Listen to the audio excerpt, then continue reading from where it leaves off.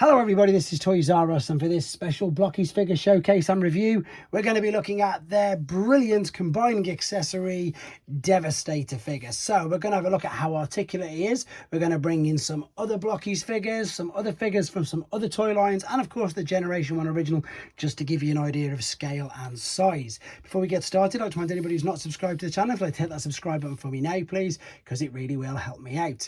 And also the great news is, and I'm pretty sure you know this by now, this kit is actually widely available worldwide. It wasn't initially at first, it was only available in China, but it is now available to order, I think, from the Blokees website, definitely from Show Z, and as I say, it's been popping up everywhere. Now, I have done a full combining and building up video on this channel already. What I wanted to do is exactly this now. I wanted to just do a very quick review on the figure. So inside there, you can see there's a set of wheels, and that's pretty, there you are, you can see in there, and that's the only bits that you don't actually use. With regards to the instruction sheet, as I say, I've done the build. I love the fact we've got this little poster. It looks great, and it's quite simple to follow. The packaging, as always, is stunning, which you can see there, and as I'm about to show you, it is a very articulate and fun a little figure, because he is really quite small. He's also got his own collector's card, which you can see. And because obviously pretty much I think Blokees do the same as what Hasbro and Takara do. What I mean by that is with Hasbro and Takara you get 5mm ports, whereas with the Blokees I'm pretty sure it's all the same size. I'm going to have a double check in a second, but first and foremost, oh no, I've just knocked over G1 Devastator below me. Let's have a look at the detail of him. So the head sculpt is exactly what you'd expect, and the reason why I like Blokees, and I've said this from day dot, is because they're licensed by Hasbro and Takara. They can use the correct likenesses and of course the correct names. Head, as you can see, goes all the way around fantastically.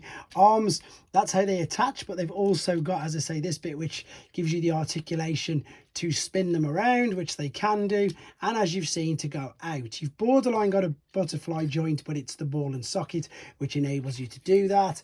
The same underneath for the bicep and the flexion, and of course the wrist will spin around as well.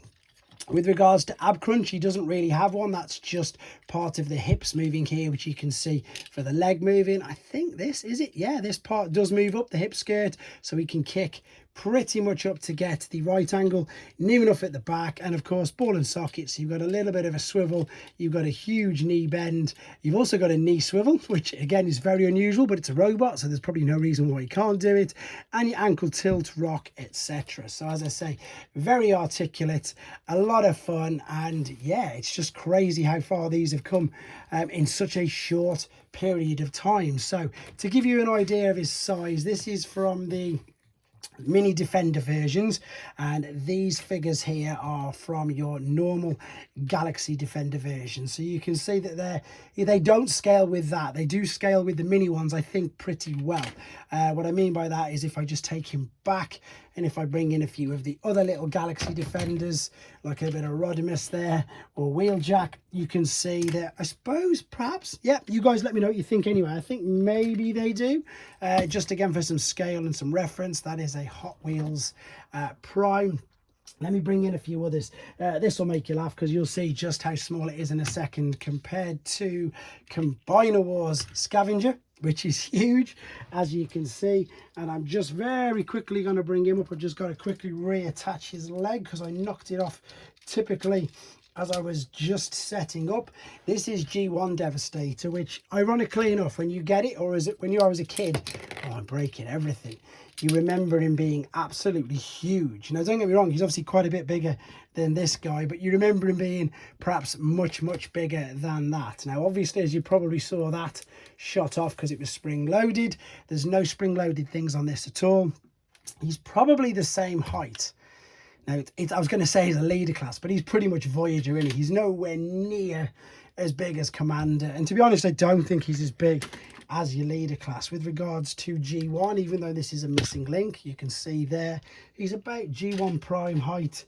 he is, in fact, let me get this. This is a small deluxe though, isn't it? So yeah, he's probably, as I say, about a Voyager class height, to be honest. I'm knocking everything over. I just wanted to give you an idea of his size, and as I say, give him his own little video, because I think he definitely deserves it.